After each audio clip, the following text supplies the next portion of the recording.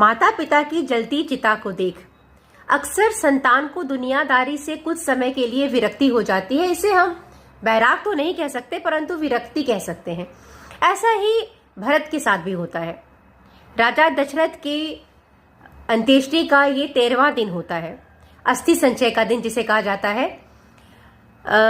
भरत जी जाते हैं अपने पिता के अस्थि संचय के स्थान पर, जहां पर राख का ढेर सा पड़ा हुआ है।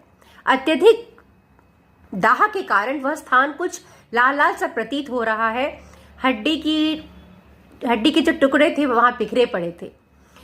भरत जी उन्हें देखते हैं और मानो पूरी स्मृति, उनके जीवन की स्मृति, अपने पिता के साथ बिताए हुए पल, सब कुछ उन्हें चित्रित हो जाता है। कभी वो भूत में चले जाते हैं, जब बाल्यकाल में उन्हें भरत जी को उनके पिताजी प्रेम करते थे, स्नेह किया करते थे, तो तुरंत ही वो वर्तमान में लौट जाते हैं और वो डर जाते हैं, बहुत दुखी हो जाते हैं कि अब उनका क्या होगा। न राम है उनके पास, इतने बड़े अयोध्या को संचालन अब कैसे होगा, वह किस मुख से अयोध्या वापस लौट के जाएंगे। नहीं, वो सोचते हैं कि वह अयोध्या नहीं लौटेंगे, अब वो वन में ही सीधे चले जाएंगे। परंतु यहां का क्या होगा, बड़ी मां कौशल्या का क्या होगा।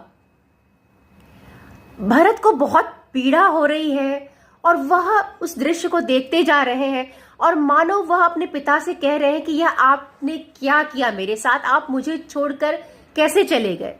बहुत सारे प्रश्न।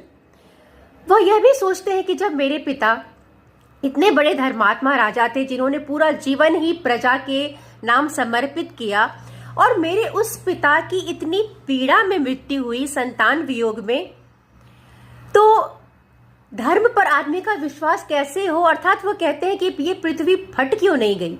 अगर मेरे पिता के साथ ऐसा हो सकता है तो ये पृथ्वी फट क्यों नहीं गई। और अनेक उधेड़ बुन में भरत, बहुत जटिल परिस्थितियां उनके दिमाग में आ रही हैं, वो बहुत जटिलताओं से घिरे हैं, उन्हें समझ में नहीं आ रहा अब आगे क्या होगा।